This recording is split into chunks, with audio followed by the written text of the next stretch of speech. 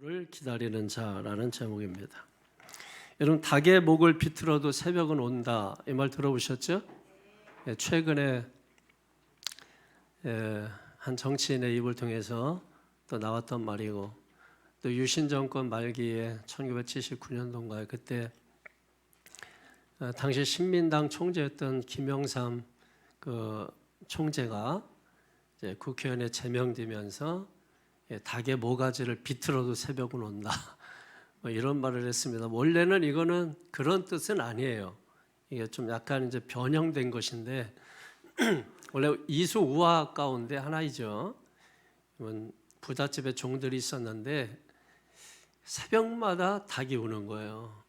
그러니까 새벽에 한참 졸린데 닭이 울면 주인이 깨우니까 닭이 울어서 새벽이 온다고 생각을 한 겁니다. 그때 당시에는 이제 어리석으니까 잘 모르니까 닭이 울어서 새벽이 온다고 생각을 한 거예요. 그래서 닭의 목을 비틀어 죽이면 새벽이 오지 않을 거 아니냐 생각 가지고 닭의 목을 비틀어 죽였습니다. 그런데 결과는 어떻게 됐어요? 새벽은 왔습니다. 새벽은 온 거예요. 그래서 주인이 닭을 잃어버렸고, 또 닭이 울었을 때는 지금 종들을 깨우면 되겠구나 했는데 닭이 없으니까 그냥 날이 밝자마자 가서 주인들을 깨우는 거예요. 그러니까 종들이 훨씬 더 일찍 일어나서 고되게 일을 하게 되었다라고 하는 것이죠. 그래서 이 말이 유래가 돼서 최근에 이제 정치인들이 또 이런 말들을 더 많이 사용을 합니다. 그래서 결국은 언젠가는 모든 게 끝난다, 시간이 해결된다, 뭐 이런 의미를 가지고 요즘은 새롭게 쓰여지는 것 같습니다. 그렇습니다, 여러분. 아무리 캄캄해도 밤이 지나면 새벽은 옵니다. 지구가 공전, 자전 통해서, 정확히 말하면 자전이죠. 공전과 자전을 통해서 여러분, 낮과 밤이 반드시 오는 것이고 또 계절이 바뀌는 것이고, 분명히 새벽은 옵니다. 그죠? 아무리 밤이 길어도 잠을 자지 못하고 끙끙대고 그런다 할지라도 반드시 새벽은 오는 것입니다. 그런데 이런 생각을 해봐요. 우리가 인생을 살다가 정말 답답하고 힘들고 고통스럽고 정말 어떻게 할 수 없을 정도로 여러분 괴로울 때가 있지 않습니까? 그때 정말로 인생의 새벽이 기다리기만 하면 올까? 그렇게 고통스럽고 힘든 그 가운데 그냥 내가 버티고 기다리면 정말 인생의 새벽도 오는 것인가? 여기에 대해서 우리가 이 시간 생각을 해보고자 하는 것입니다. 여러분, 알빈 토플러라는 미래학자가 있는데 이 사람이 이런 말을 했죠. 이제 지구촌은 강자와 약자 대신에 빠른 자와 느린 자로 구분될 것이다. 빠른 자는 성공하고 느린 자는 실패할 것이다. 이런 무엇을 의미하는 것인가요?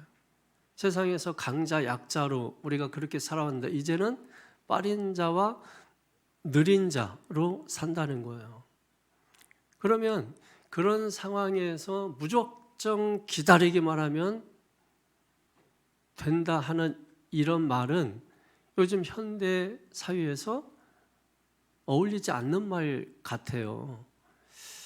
근데 여러분, 그런 측면에서 자연계의 새벽은 분명히 오죠. 그런데 인생의 새벽은 과연 그렇게 기다리기만 하면 오는 것일까? 여기에 대해서 오늘 본문은 답변을 주고 있는 겁니다. 오늘 성경에 누가 나오죠? 시몬이라고 하는 사람이 나옵니다. 보통은 성경에 이렇게 나올 때 좀 위대하고 유명하고 좀 대단한 사람들이 나오는데 이 시몬이라고 하는 이 사람은 그렇게 대단한 사람은 아니에요. 위대한 사람도 아니고 그렇다고 유명한 사람도 아니고, 보통 성탄절 때 한 번씩 등장하긴 하지만 성탄절에서도 그렇게 주인공으로 출연하는 사람은 아닙니다. 설교 도중에 한번 이렇게 나오는 정도지. 여러분,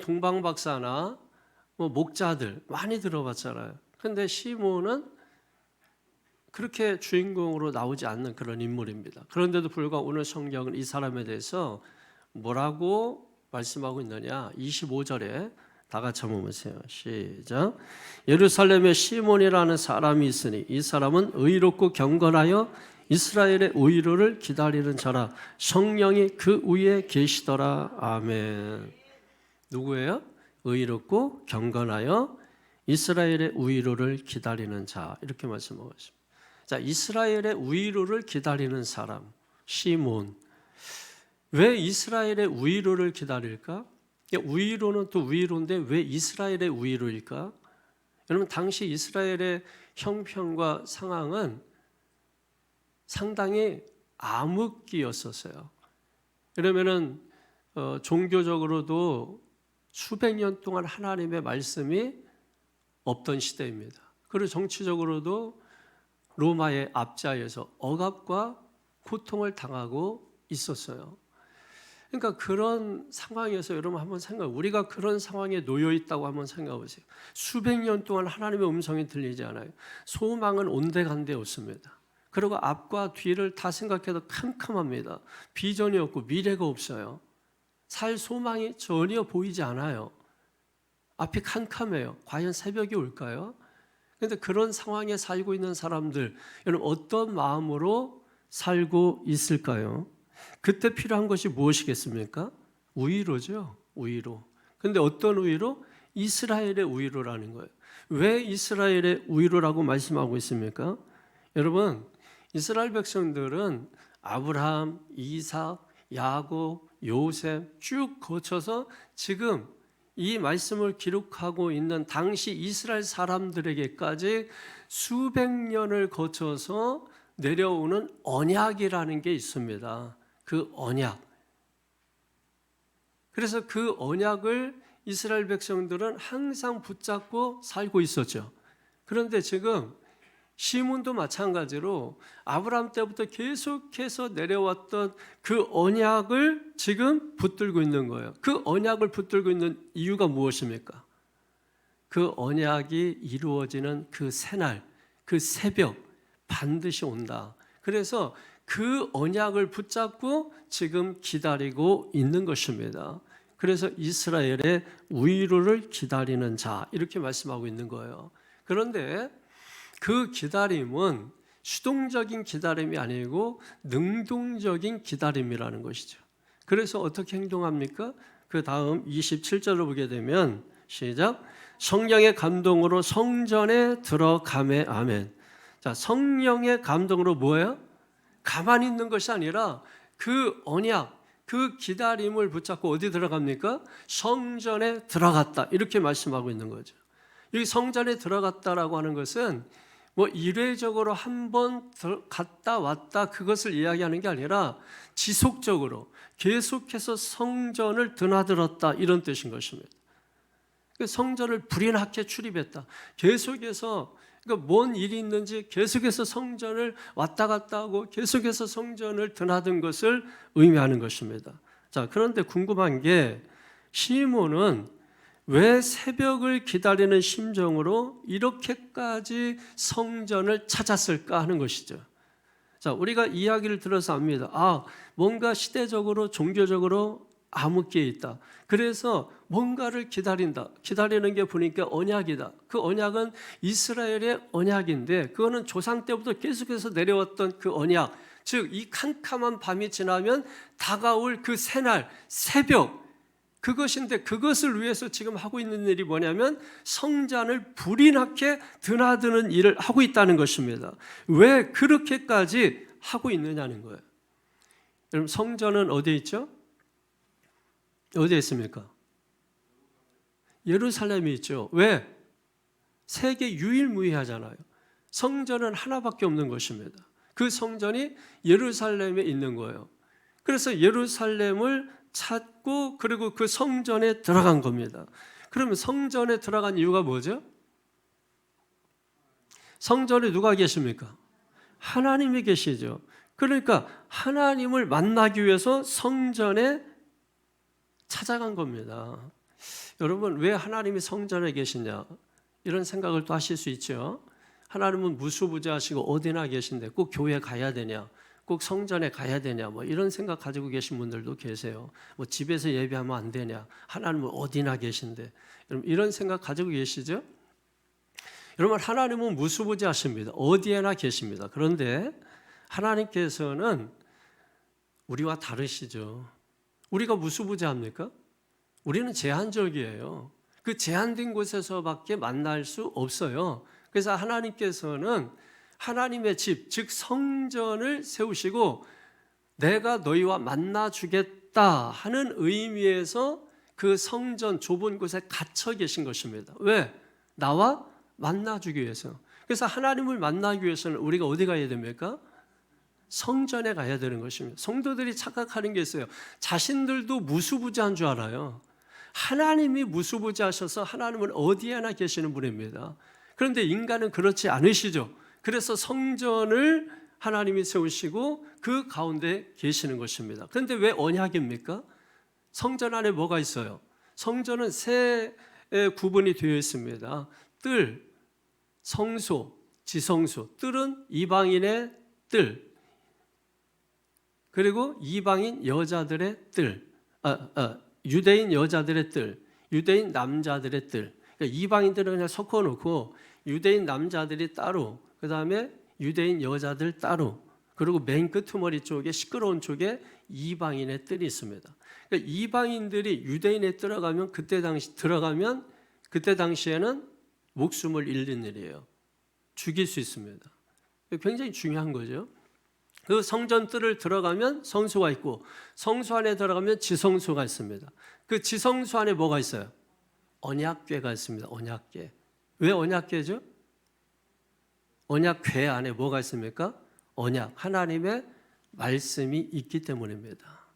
그러니까 여러분 성전이라고 하는 의미는 뭐냐면 내가 여기서 너희를 만나 주겠다. 이게 성전입니다.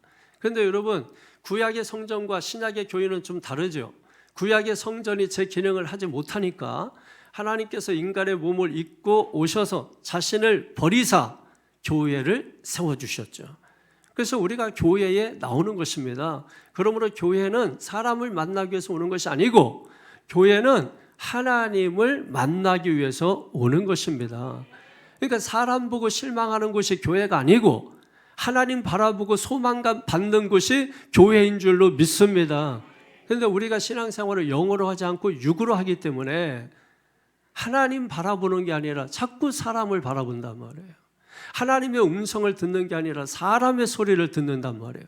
하나님의 음성을 들으면 죽은 자도 살아나지만 사람의 소리를 들으면 잘해보려고 했다가도 주저앉는 것입니다. 그러므로 우리는 누구의 소리를 내야 됩니까? 내 소리가 아니라 하나님의 소리를 내야 되는 거예요. 그게 사람을 살리는 말이죠. 여러분 사람들이 하는 말은 죽이는 말입니다. 보통 여러분 사람들은 자기중심적이에요. 이기적이에요. 그렇기 때문에 남을 굉장히 봐주는 것 같지만은 절대 사람은 그런 존재가 아닙니다. 자기부터가 우선입니다. 자기 살기 위해서는 남도 죽이는 게 사람이에요. 꼭 총으로 칼로만 죽이는 게 아닙니다. 가장 무서운 것은 사탄의 가장 강력한 무기는 바로 입, 말이에요. 그걸 통해서 지금도 사탄은 하나님의 사람들을 죽이는 일을 하고 있는 것입니다. 오늘 우리가 이 말씀을 올바로 깨달아야 성전의 개념을 이해하고 성전이 교회된 개념을 이해해서 구약의 성도들이 성전을 찾는 것과 같이 지금 신약의 성도들도 교회를 찾는 마음으로 주님 앞에 와야 된다라고 하는 것입니다. 그러므로 성전은 하나님이 만나 주시겠다고 약속한 장소라는 거. 그래서 우리가 성전에 나와야 된다라는 거. 그래서 지금 시몬이 성전에 그것도 불이 나게 출입하고 있다라고 하는 거. 이 사실을 깨닫기를 주의 이름으로 축원합니다. 그러므로 이런 말씀이죠. 우리가 살면서 답답하고 괴롭고 힘든 일이 있다면 세상 이곳저곳을 왕래하고 다니려고 하지 말고 성전을 불이 나게 출입하는 성도가 되라는 것입니다. 여러분 우리도 살다가 위로가 필요하지 않겠습니까? 그때 우리는 성전을 찾는 성도가 되시기를 축원합니다. 시몬이 성전을 찾은 이유, 의로가 필요했기 때문입니다. 그 의로의 시간을 기다리는 자, 그게 누구예요? 시몬이라고 하는 것입니다. 여러분, 하나님의 언약은 반드시 이루어집니다. 밤이 아무리 깊어도 새벽은 옵니다. 그런데 중요한 것은 인생의 새벽도 과연 그럴까? 저절로 올까? 그게 아니라고 하는 것이죠. 일반적으로 자연적인 계절은 공전하면서, 여러분, 지구가 공전하면서 저절로 옵니다. 또 지구가 자전하면서 여러분, 낮과 밤은 계속해서 저절로 오게 됩니다. 그런데 인생은 그렇지 않다는 거예요. 인생의 새벽이 오기 위해서는 반드시 우리가 인생의 새벽을 깨워야 한다라고 하는 것입니다. 그걸 위해서 성전을 불이 나게 드나드는 사람들이 되어야 한다라고 하는 것이죠. 문제는 뭐냐면 그 언약을 붙잡고 앞으로 이루어질 새 날을 볼 수 있는 사람이 돼야 된다라고 하는 것입니다. 그걸 붙잡고 새 날을 보기 원한다면 신앙생활 제대로 하라는 것입니다. 여러분, 시몬은 지금 의로를 기다리는 사람이에요. 무슨 의로입니까? 26절 보십시오. 시작. 그가 주의 그리스도를 보기 전에는 죽지 아니하리라 하는 성령의 지시를 받았더니, 이유가 있습니다. 그가 지금 이스라엘의 의로를 기다리는 이유는 지금 그리스도를 보기 전에는 죽지 아니하리라. 그리스도를 보기 전에는 죽지 아니하리라. 그러므로 지금 시므온이 성전을 불이 나게 드나들면서 기다리는 그 대상은 누구입니까? 의로자는 누구입니까? 하나님의 아들 메시아 예수 그리스도라고 하는 것입니다. 할렐루야. 여러분, 우리가 교회에 나오신다면 여러분, 우리가 인간 관계 때문에 나오는 게 아니고, 우리가 세상에 나가서 직장에 가면 여러 사람을 학교에 가면 또 여러 사람 만나고, 사회에 나가면 여러 사람들 만나는 것처럼 교회에 오면 우리는 반드시 하나님을 만날 수 있어야 합니다. 그걸 위해서 우리가 교회에 나오는 겁니다. 결국 어둠을 뚫고 새벽이 오듯이 시대를 구원할 하나님의 아들 메시아 그리스도를 기다리는 자, 누구입니까? 시몬입니다. 그런데 이 시몬에게는 또 다른 특징이 있죠. 앞서서 말씀드렸던 것처럼 시몬은 의롭고 경건한 사람이다, 이렇게 말씀하고 있습니다. 여러분, 우리가 신앙생활을 하다면 자주 듣는 말 중에 의롭다라는 말을 우리가 많이 듣게 되죠. 자, 의롭다. 그래서 과연 나는 정말 의로울 수 있을까? 어떻게 의롭지? 어떻게 우리가 경건할 수 있지? 그래서 우리가 좌절하고 또 낙심하고 의기소침하고 여러분 그럴 때가 있습니다. 자, 그러면 왜 우리가 그렇게 하느냐? 이 의로움과 경건함에 대해서 우리가 바르게 인식하고 있지 못해서 그런 겁니다. 하나님은 우리가 할 수 없는 것을 말씀하지 않아요. 우리가 할 수 있는 것을 말씀하고 있는 것입니다. 그럼 우리에게 의롭다라고 하면 우리는 의로울 수 있는 겁니다. 우리에게 경건하다 하면 경건할 수 있는 것입니다. 그런데 왜 하나님이 말씀하신 그 앞에 우리가 좌절할까요?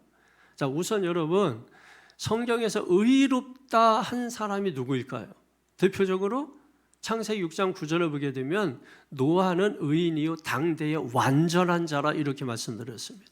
자, 이 말씀도 우리가 오해의 소지가 분명히 있습니다.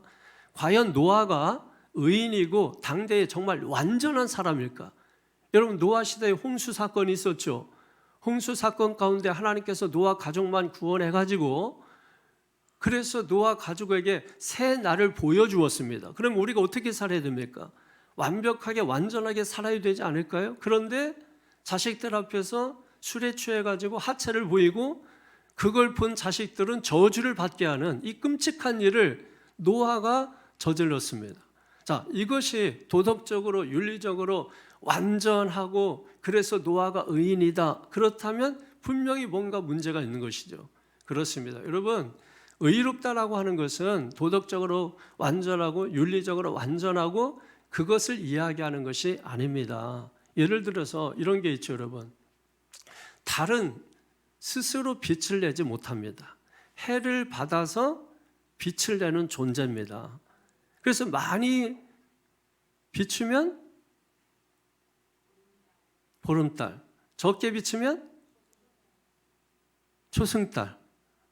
그러니까 결국 달은 얼마만큼 그 빛을 반영하느냐 여기에 달려있다라는 거예요. 우리도 마찬가지입니다. 사람도 빛을 잃어버린 존재예요. 그러므로 사람도 스스로 빛이 되지 못합니다. 그래서 요한복음에 보면 예수님을 빛이라고 말씀하셨어요. 그 빛이 우리 가운데 왔단 말이에요. 어둠 가운데 왔단 말이에요. 그래서 우리가 해야 되는 일은 뭐냐면 그 빛 대신 예수 그리스도를 얼마만큼 반영하느냐. 다시 말해서 예수 그리스도의 성품, 예수 그리스도의 은혜, 이것을 우리가 얼마만큼 나를 통해서 반영시키느냐. 이게 바로 의인이라는 것입니다. 여러분, 우리가 뭘 하는 게 아니에요. 뭘 해서 의인이 되는 게 아니에요. 그러니까 여러분을 통해서 반사되고 있는 게 뭡니까? 어둠입니까? 빛입니까? 그래서 빛의 자녀, 어둠의 자녀로 구분되는 겁니다. 그저 우리는 그리스도를 비춰주면 되는데 여러분 나를 통해서 비춰져서 반사돼서 나가는 게 어둠이고 사탄적이면 그거는 우리는 어둠의 자녀들이 되는 거죠.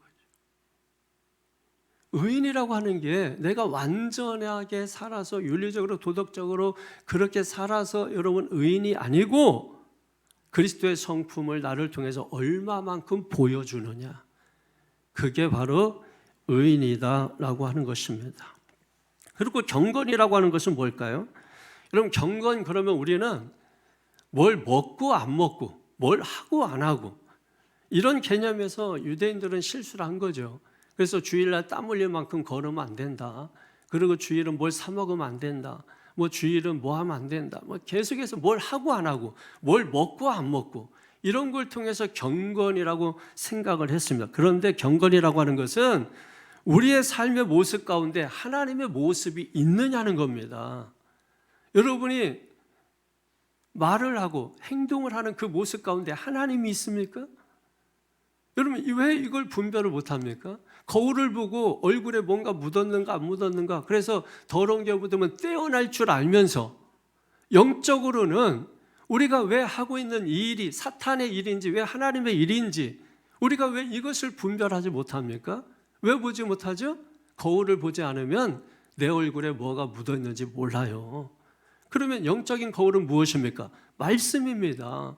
성경입니다. 성경을 보지 않기 때문에 그런 거죠. 성경을 보면 아, 내가 죄인이구나. 내가 문제가 있구나. 내가 잘못됐구나. 그래서 성경을 보면 회개하는 것입니다. 성경을 보지 않으면 판단하고 비판하는 것이죠. 그렇기 때문에 사랑하는 성도 여러분, 우리가 의인되고 경건해지는 것은 간단합니다. 경건함 한마디로 말하면 하나님처럼 사는 겁니다. 그러면 우리가 하나님이라는 뜻이 아니죠. 내가 하나님이 될 수 없는 것이죠. 하나님처럼 산다는 의미는 무엇입니까? 여러분, 짐승과 사람의 차이가 뭐예요? 문명, 지식? 여러분, 사람들도 문명적으로 살지 않는 사람들 많아요. 지식 사람이 다 지식이 완벽한 게 아닙니다. 그러면 차이가 뭘까요? 딱 한 가지예요. 뭡니까? 사람에게는 하나님의 형상이 있다라는 것입니다. 사람에게는 짐승에게 없는 하나님의 형상이 있는, 짐승은 짐승의 형상이 있고 사람에게는 하나님의 형상이 있는 겁니다. 그래서 여러분 우리가 보통 짐승 같은 사람 이런 말을 하잖아요. 하나님의 형상이 없는 사람은 짐승의 형상. 그래서 여러분 인간도 사회적 동물이다. 하나님이 없는 사람들은 사람도 동물, 짐승으로 보는 겁니다. 짐승의 형상을 가지고 있어서 하나님의 형상을 잃어버릴 때 사람인데도 짐승 같은 동물 같은 모습이 나타나는 거예요. 그런데 중요한 것은 성경은 말합니다. 사람은 하나님의 형상을 가진 존재라고요. 누구를 닮았습니까? 하나님을 닮았습니다. 여러분, 자식은 누구를 닮아요? 부모를 닮죠. 부모를 닮는 것입니다. 그래서 여러분 자식이 잘났건 못났건 자식이 똑똑하건 똑똑하지 않든 부모는 자식을 자신보다 더 사랑합니다. 하나님은 저와 여러분을 그런 존재로 보신다는 거예요. 믿습니까? 근데 그런 존재가 지금 어떻게 하고 있습니까? 하나님이 그렇게 보는 그 존재가 지금 뭘 하고 있느냐는 것입니다. 사랑하는 성도 여러분, 오늘 경건이라고 하는 것은 말씀 하나님께서 우리에게 주시지 않습니까? 그걸 통해서 그 하나님의 인격과 성품을 드러내는 것이에요. 그게 성경에서 말하는 의로운 것이고 경건한 것이라는 거예요. 아까도 말씀드렸듯이 말은 쉽죠. 우리가 그리스도인다운 모습 하는 거 쉽잖아요. 지금 여기 성경책 가지고 와서 앉아있으면 여러분 다 그리스도인처럼 보이잖아요. 근데 문제는 언행심사. 우리가 그렇게 말하고 그렇게 행동하느냐는 것입니다. 여기에 대해서 누구도 예스 할 만한 사람이 없어요. 말씀은 무조건 옳기 때문에 아멘 하지만 막상 그 말씀을 내가 사느냐 할 때는 나는 부족하기 때문에 연약하기 때문에 예스라고 말할 수가 없는 것이. 그래서 예수를 진정으로 믿는 사람들은 죄의식을 갖는 게 아니라 우리가 죄인된 그런 마음을 가지고 하루하루를 살아가는 것입니다. 시몬은 어떤 사람이냐? 그런 부분에 있어서 뭐예요? 의롭고 경건한 사람이라는 거예요. 이 사람이 이스라엘의 위로를 기다렸다는 것입니다. 그 이유는 그 시대가 너무나 암울하고 답답했기 때문에 그런 거죠. 종교적으로 정치적으로 말할 것도 없습니다. 그래서 성전을 계속해서 출입했고, 왜? 거기에 하나님이 계시기 때문에. 그래서 하나님을 만나고 싶은 겁니다. 왜? 그게 조상 대대로 내려오는 언약, 약속이 있지 않습니까? 그때 누구를 기다려야 합니까? 바로 하나님의 아들 메시아 예수 그리스도, 그분을 기다리는 자라고 하는 것입니다. 그런데 오늘 시몬에게 특별한 게 한 가지 있습니다. 그 특별한 게 한 가지가 뭐냐면 성경을 한번 보세요. 25절에 보면 성령이 그 위에 계시더라 이런 말씀이 있죠. 그리고 26절에도 보게 되면 뭐라고 되어 있습니까? 성령의 지시를 받았더니. 그리고 27절에 보게 되면 성령의 감동으로 성전에 들어가매. 자, 반복해서 나오는 말이 뭐예요? 성령이죠. 자, 성령 한마디로 뭡니까? 성령 충만이라는 거죠. 자, 또 나옵니다. 성령 충만. 그러면 우리 한국교회는 성령 충만 그러면은 막 눈이 허옇게 뒤집어지고 뭐 샤머니즘적으로 그냥 뭐 막 기적과 표적을 행하고 다 이런 것으로만 생각을 하는 것입니다. 그것도 성령 충만의 한 부분이긴 합니다만 그게 성령 충만의 본질이 아니에요. 성령 충만이 정확히 무엇인가를 여러분 오늘 깨달을 때 하나님의 아들 메시아 그리스도를 그 품에 안게 되는 것입니다. 오늘 시몬이 바로 그걸 보여주고 있는 거예요. 성령 충만 무엇입니까? 여러분 성령은 누구죠? 하나님이십니다. 여러분 기본적으로 성령은 하나님이세요. 하나님이세요. 성부, 성자, 성령, 삼위 일체 하나님이십니다. 하나님이 눈 허옇게 뒤집어 까고 막 그런 분이 아니시잖아요. 하나님의 나를 위해 영으로 오신 분이 누굽니까? 성령. 그분을 성령이라고 하는 거예요. 하나님이신데 하나님이 육체로 오셨으면 예수님, 성자, 그리고 영으로 오셨으면 성령. 그래서 헬라어로 파라클레토스, 어떤 분이냐? 내 곁에 오셔서 나를 도와주시는 분. 이분이 바로 누구라고요? 성령 하나님이시라는 것입니다. 그럼 그분이 왜 오셨습니까? 그럼 성자 예수님 뭐 입고 오셨죠? 육체, 육신, 몸. 왜? 여러분 등가라는 게 있잖아요. 등가. 내 죄를 대속하기 위해서 오셨잖아요. 그러니까 내 값으로 내 등가로 오신 겁니다. 그래서 육체로 몸으로 오신 거예요. 여러분, 여러분이 부자인데 부자처럼 살고 싶지 부자인데 가난하게 살고 싶겠어요? 왕인데 왕처럼 살고 싶지 거지처럼 살고 싶겠습니까? 그런데 하나님은 만왕의 왕이신데 거지 같은 내 모습까지 오셨다는 거예요. 왜? 내 값을 지불하시기 위해서. 내가 누굽니까? 그래서 등가, 내 값으로 오신 겁니다. 육체로 오셨어서 그래서 그 값을 지불하기 위해 십자가에 죽으셨죠. 대속 제물이 되신 것입니다. 그러니까 예수님 죽으시고 부활하셔서 신성이 있으시니까 하늘로 올라가셨죠. 그런데 여러분, 이 땅에 예수 믿는 많은 사람들이 남아있잖아요. 그 사람들 버려둡니까? 그래서 하나님께서 영으로 이 땅에 오신 것입니다. 왜 그렇죠? 여러분, 육체로 있을 때는 제한적이고, 그리고 모든 것이 갇혀 있죠. 그래서 여기에서 만나면 이 사람밖에 못 만나고, 여기에서 만나면 이 사람밖에 못 만나고, 우리끼리 만나면 우리끼리밖에 못 만나고, 그러면 바로 옆 교회에 있는데도 못 만나고, 나라 건너서 못 만나고, 대륙을 건너서 여러분 도저히 생각조차 할 수 없고, 근데 영은 무엇입니까?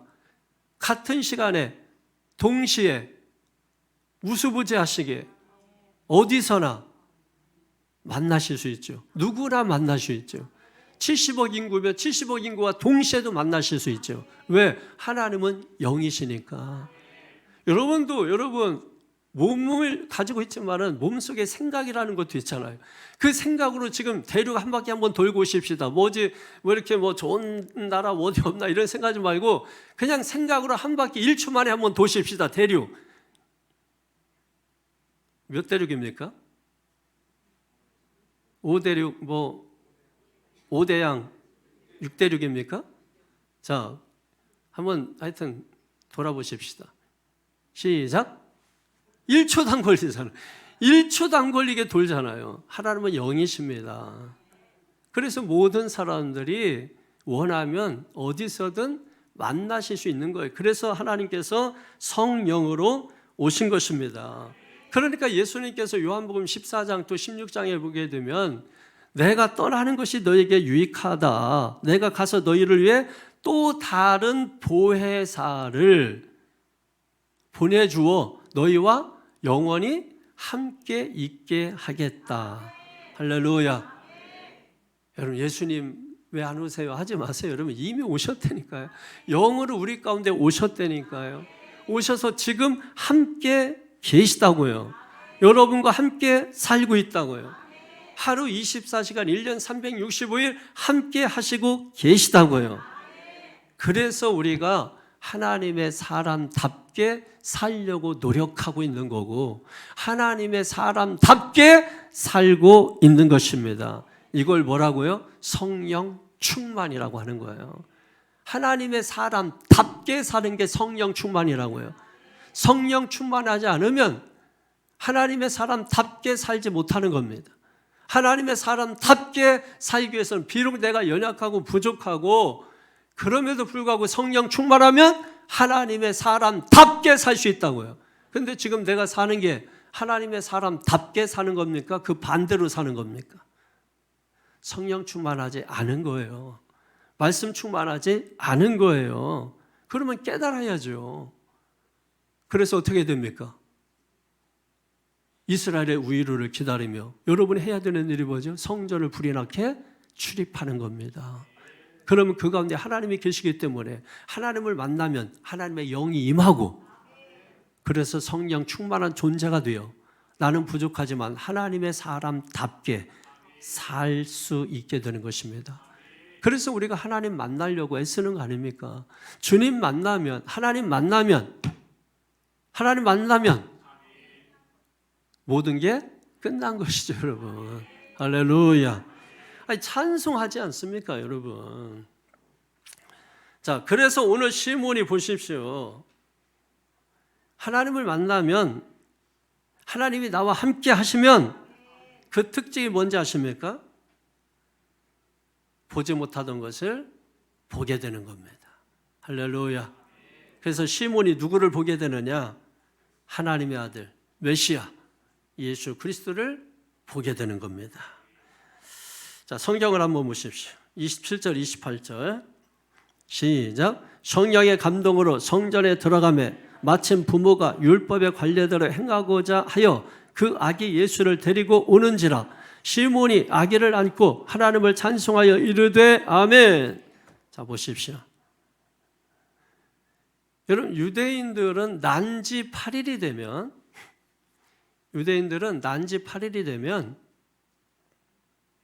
반드시 성전에 가서 할례를 받아야 합니다. 유대인들은 다 하나님을 믿는 사람들이죠. 유대인들은 하나님을 믿어요. 그러면 난지 8일 된 아이들은 다 뭐예요? 성전에 와야 합니다. 왜? 할례를 받아야 돼요. 그래서 유대인들은 할례 받은 사람과 할례 받지 못한 사람들, 그러니까 사실 교인이 세 개로 구분이 돼요. 할례를 받은 전통적인, 우리가 유대인 그러면 이게 무슨 뜻이냐면 할례 받은 자란 뜻입니다. 우리가 유대인이라고 부르잖아요. 근데 그 유대인이라고 부르는 이유가 유대인들은 할례 받는 거예요. 할례 받은 자. 그리고 이방인인데 예수 믿고 할례 받은 자들이 있어요. 이방인인데 유대인처럼 할례를 받고 예수 믿은 자. 이 사람들은 같은 유대인으로 봅니다. 그런데 이방인인데 예수를 믿지만 할례를 받지 않은 사람들. 이 사람들 성경에 보면은 이제 여러 가지로 표현이 됩니다만은 여러분 뭐 하나님을 경외하는 사람들 뭐 이런 식으로 나오는데 이 사람들은 유대인을 말하는 게 아니고 이방인이면서 그리스도를 믿은 사람들을 얘기해요. 그럼 왜 할례를 받지 않았을까요? 유대인들은 쉽죠. 난지 8일 되니까 고통을 느끼지 못하잖아요. 그런데 이방인들은 성인이 돼서 여러분 할례를 받는 겁니다. 할례가 뭔지 아시죠, 여러분? 오늘날 포경 수술 같은 겁니다. 그러면 그때 당시에 무슨 이게 뭐 마취제가 있겠어요? 뭐가 있겠어요? 날카로운 돌 같은 거로 여러분 그 표피를 잘라내는 것인데 그때 당시에는 의약품이나 이런 게 없으니까 그거를 하다가 너무 피를 흘려서 죽는 경우도 있고 그리고 부작용, 염증 이런 것들이 생겨가지고 고통을 당하는 사람들이 있잖아요. 디나가 겁탈당했을 때 여러분 남자들 전부 할례시켜 놓고 그 쳐들어가서 다 휩쓸어 버리잖아요. 그렇게 고통스러운 것이거든요. 그런데 이 이방인들이 여러분 생각해 보세요. 다 커서 할례를 받으려면 두려운 겁니다. 예수를 믿기는 믿는데 두려운 거예요. 그때 이방인의 사도 바울이 뭐라고 말합니까? 예수를 믿으면 할례 받지 않아도 돼. 이해하시죠? 그러면 그 얘기를 들은 이방인들은 얼마나 기분이 좋겠으며 유대인들은 이미 할례 받은 사람들은 이상한 소리 한다 이렇게 할 거 아닙니까? 그래서 이방인들이 따로 모여서 예배 드리는 거예요. 회당입니다. 그래서 예수님은 어디에 가십니까? 회당에 가서 말씀 전하시고 사도 바울 어디 가서 가는 곳마다 어디 가요? 회당에 들으시고. 왜? 당시에 회당장은 외부에서 온 랍비에게 말씀을 부탁하는 것이 전통이에요. 그러니까 사도 바울은 그 당시에 가말리엘 문화 가장 유력한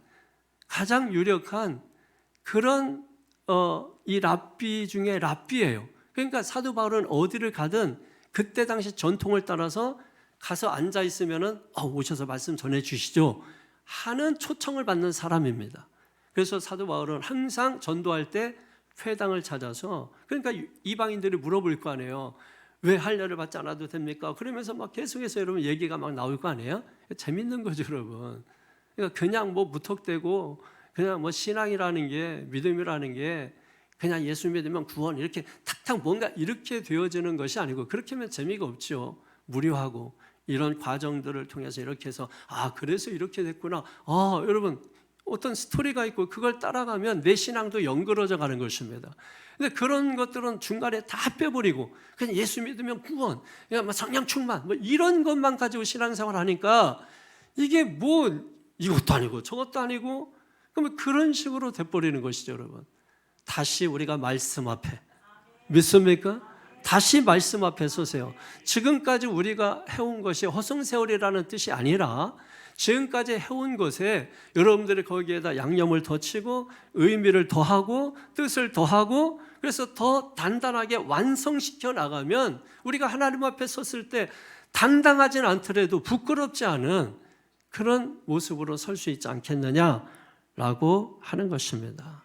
자, 왜 이 말씀을 장구하게 제가 드렸느냐? 의문이 생겨서 그래요. 유대인들은 다 하나님 믿습니다. 그러면 다 성전에 옵니다. 그러면 그 유대인들 중에 난지 8일 되는 아이들이 한둘이겠느냐는 거예요. 그때 당시에 성전은 유일무이하게 예루살렘 성전 하나입니다. 그러면 생각을 해보십시오. 이스라엘 전역에 있는 사람들, 난지 8일 된 아이들은 어디 와야 돼요? 성전에 와야 돼요. 여기서 여러분이 궁금증을 가져야 됩니다. 그러면 어떻게 시므온이 나이도 들었지 않습니까? 보면은 뭐 학자들에 80이 넘었다는 것 같은데 그 시므온이 눈도 그냥 잘 보이지 않을 텐데 그 시므온이 어떻게 그 많은 어린아이들, 갓난아이들, 애들 여러분 갓난아이들 보면 난지 8일 됐는데 피덩이인데 알아보겠어요? 얘가 누군지 섞어놓으면 내 자식 어디 있자고 여러분조차도 막 찾고 이럴 거 아닙니까? 그런데 어떻게 시므온이 난지 8일밖에 되지 않은 그 아이를 보고 하나님의 아들 예수 메시아 이걸 알아봤느냐는 것입니다. 여러분 믿음이 있으니까 여러분은 아멘 하고 막 그러면 뭐 하나님의 아들 메시아니까 금태 두르고 오셨나요? 그래서 딱 보자마자 금태 저 예수 메시아 딱 이렇게 오셨을까요? 아니, 메시아로 오시니까 뭔가 좀 다르게 후광이 비쳐가지고 누가 봐도 메시아구나 이렇게 알아봤을까요? 여러분 우리가 지난 시간에 살펴봤지만은 예수 누구의 아들입니까? 목수의 아들입니다. 당시 목수는 지금이야 기술자지만 그때 당시에는 천한 직업 중에 하나였거든요. 그럼 여러분 그 사람이 어떤 옷을 입혔겠어요? 그것도 알다시피 여러분 말 구유에 누워서 여관 하나 방 하나 얻을 그 힘도 없는 그 부모입니다. 그 밑에서 무슨 금태 두르고 자랐겠습니까? 어떻게 알아봤겠어요? 그런데 어떻게 시므온은 성전에 드나들고 뭐 이랬다 할지라도 어떻게 그 많은 아이들이 그 핏덩이를 안고서 막 한둘이겠냐고 수십 명 수백 명이 될 수도 있는데 그 중에서 어떻게 메시아인 줄 알아보고 그 품에 여기 나오잖아요. 성령의 감동으로 성전에 들어가며 마침 부모가 율법에 관련해서 행하고자 하여 그 아기 예수를 데리고 오는지라 시므온이 아기를 안고 하나님을 찬송했다. 어떻게 알고 어떻게 품에 안고 그래서 찬송을 했느냐는 것입니다.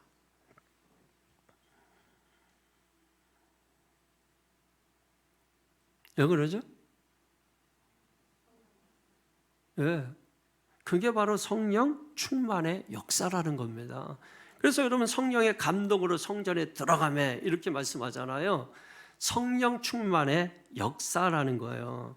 자, 여러분 성령 충만 그러면 딱 떠오르는 말씀이 하나가 딱 있어야 됩니다.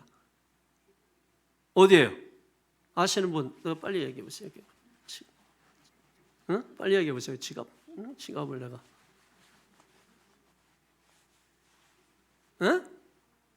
샤샤샤 이런 거 하지 말라고. 모를 것 같아요. 너무나 이게 간단한 건데. 그러니까 교회에서 잠잠하세요. 예? 교회에서 입 벌리지 말고 잔잔하세요. 오늘 마스크 쓰고 오신 분들은 이거 표시하는 거네요. 나는 입을 딱 닫겠다. 잘하셨어요. 자, 여러분 요엘서 2장 28절입니다. 요엘서 2장 28절 그 후에 내가 내 영을 만민에게 부어주리니 너희 자녀들이 장래를 말할 것이며 너희 늙은이는 꿈을 꾸고 너희 젊은이는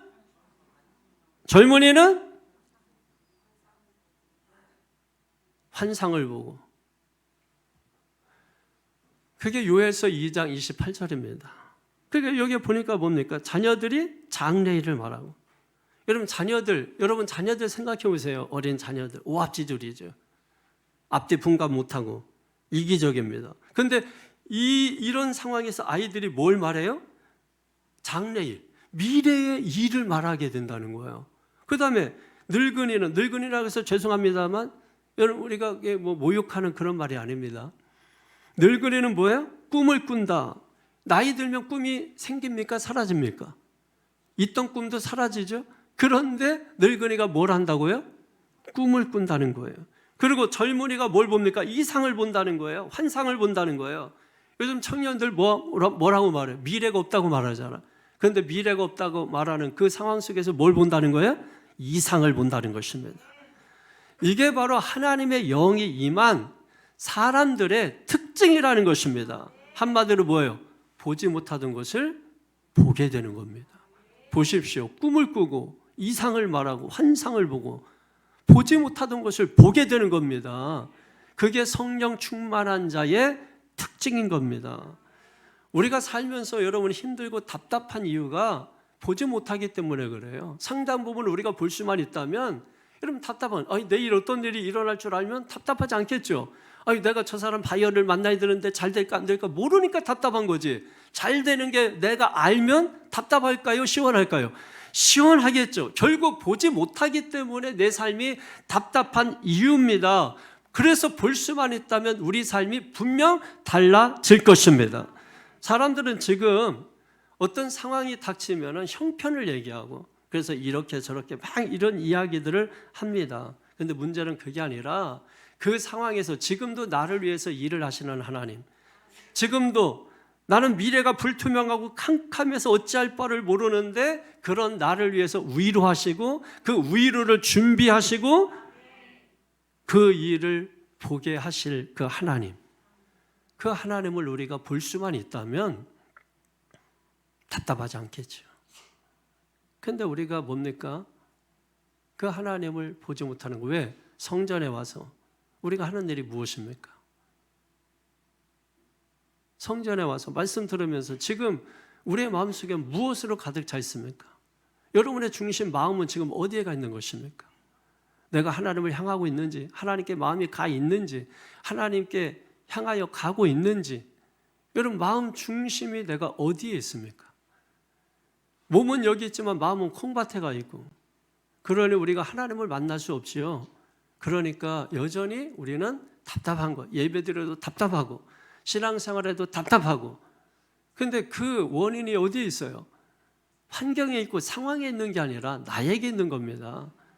말씀드렸듯이 여러분 모닥불이 저기 피고 있습니다. 가까이 가면은 따뜻하겠죠. 추운 몸도 녹이겠죠.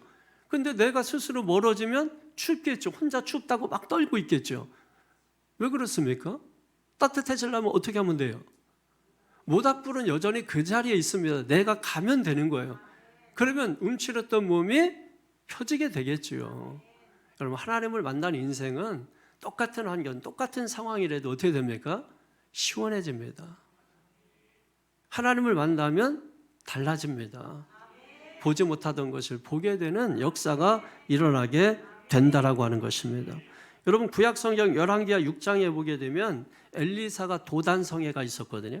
그 엘리사를 체포하고 그래서 죽이려고 이 아람의 군대가 그 도단성을 완전히 포위했습니다. 아침에 엘리사의 좀 게하시가 일어나가지고 기지개를 피해서 딱 보니까는 이 아람 군대가 완전히 성을 둘러싸고 있는 거예요. 그래서 막 호들갑을 떨면서 주인님 큰일 났습니다. 지금 아람 군대가 완전히 우리를 포위하고 있습니다. 근데 그 놀랍게도 그 이야기를 들은 엘리사는 전혀 당황하지 않습니다. 똑같은 환경, 똑같은 상황을 보면서 누구는 지금 호들갑 떨고 있고 누구는 지금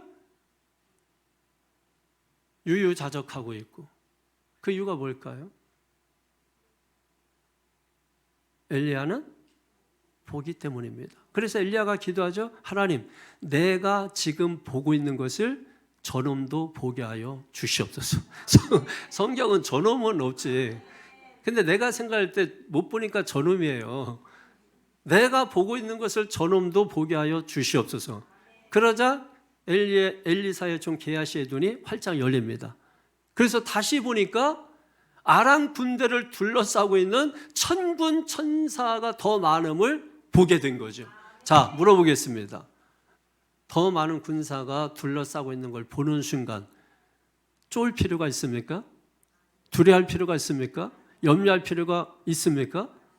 그러므로 시몬도 마찬가지예요. 조금 전만 해도 그 종교적으로 정치적으로 어둡고 캄캄해서 염려, 근심, 걱정, 그래서 위로를 기다리고 있었는데, 그런데 갑자기 그가 밝아져서 메시아를 그 품에 안고 기뻐한 그 이유가 뭘까요? 사랑하는 성도 여러분, 성령 충만은 다른 게 아닙니다. 보지 못하는 것을 보게 하는 힘이에요. 보지 못하던 것을 보게 될 때 우리는 시원해지는 것이고, 그 새날을 맞이하게 되는 것이고, 새벽을 만나게 되는 것입니다. 그러면 인생이 캄캄하고 앞이 캄캄하고 앞이 절벽이고 이 밤은 영원히 사라질 것 같지 않고, 그럼에도 불구하고 새벽은 분명히 반드시 옵니다. 그런데 문제는 인생의 새벽도 저절로 자연스럽게 오느냐? 그렇지 않다는 거예요. 그래서 인생의 새벽은 깨워야 됩니다. 어떻게? 성전에 불이 나게 드나들어야 됩니다. 왜? 거기 하나님 계시니까. 하나님 만나면 그 영이 내게 임하고 내 눈으로 보는 것이 아니라 그때부터는 하나님의 눈으로 보게 되는 겁니다. 하나님의 눈으로 보게 되는 겁니다. 그러나 여러분 세상이 어떻게 보이겠어요? 하나님의 눈으로 볼 때 어떻게 보이겠어요? 인간의 눈, 내 눈, 이게 눈 핏줄이 그냥 뻘겋게 나와 있는 내 눈 가지고 사람 볼 때 그 사람이 어떻게 보입니까? 그런데 하나님의 눈으로 그 사람을 바라볼 때 그 사람이 어떻게 보여요? 불쌍히 보이는 거 아닙니까? 긍휼하게 보이는 거 아닙니까? 참 안쓰럽다 이렇게 보이는 거 아닙니까? 하나님의 마음이 하나님의 눈으로 보기 때문에 그런 거죠. 사랑하는 성도 여러분, 오늘 저는 여러분들이 내 눈으로 보지 말고, 왜? 내 눈은 어떤 눈이에요? 한 치 앞을 못 보는 눈 아니에요. 내 눈으로 본 것이 답니까? 내 눈으로 본 것이 실제입니까? 그 눈을 하나님의 눈으로 보세요. 왜냐하면 내가 보는 눈은 한계가 있기 때문입니다. 여러분 보십시오. 우리가 멀리 있는 걸 보기 위해서 뭘로 통해서 보죠? 망원경이라고 하는 것을 통해서 보는 것입니다. 저도 안경을 지금 착용하고 있지만 제가 안경 착용하기 전에는 왜 이렇게 세상이 어둡지 그랬어요. 근데 눈이 나빠졌나? 왜냐면 제 시력이 1.5를 항상 유지하고 살아왔기 때문에 눈이 나빠졌으리라고 생각을 못 했는데 어딜 들어가도 어둡고 교회 가도 어둡고 왜 세상이 어둡지? 왜 이렇지? 하다가 어느 순간에 내 눈이 나빠진 거 아니야? 조명 탓을 했었거든요. 늘 이 교회는 왜 이렇게 조명이 어두워? 근데 보면은 조명은 다 켜 있는데 조명을 갈지 않았나? 추리력이 막 생기는 거죠, 여러분. 근데 나중에 보니까 제 눈이 나빠진 걸 알고 안경을 썼더니 새날을 맞이하는 것입니다. 새 세상을 보는 거예요. 우와, 세상 이렇게 밝다. 여러분, 이 느낌을 여러분 아십니까? 그 다음에 군인들이 여러분 밤에는 캄캄하잖아요. 적진을 봐야 되는데 볼 수 없잖아요. 그래서 뭘 통해서 보냐면 야시경이라는 게 있습니다. 야시경. 그래서 여러분 볼 수 없기 때문에 망원경을 통해서 보고 야시경을 통해서 보듯이 내가 볼 수 없기 때문에 우리는 성령 충만하면 믿음을 통하여 하나님의 눈으로 보게 된다는 것입니다. 이게 있어야 된다고 하는 것이죠. 그래야 신앙이 되고 믿음이 되는 것입니다. 그게 용서가 되고 그게 사랑이 되고 하는 거지. 여러분 이게 없는데 어떻게 사랑해야 됩니다. 용서해야 됩니다. 그래 용서가 되고 어떻게 사랑이 되겠어요?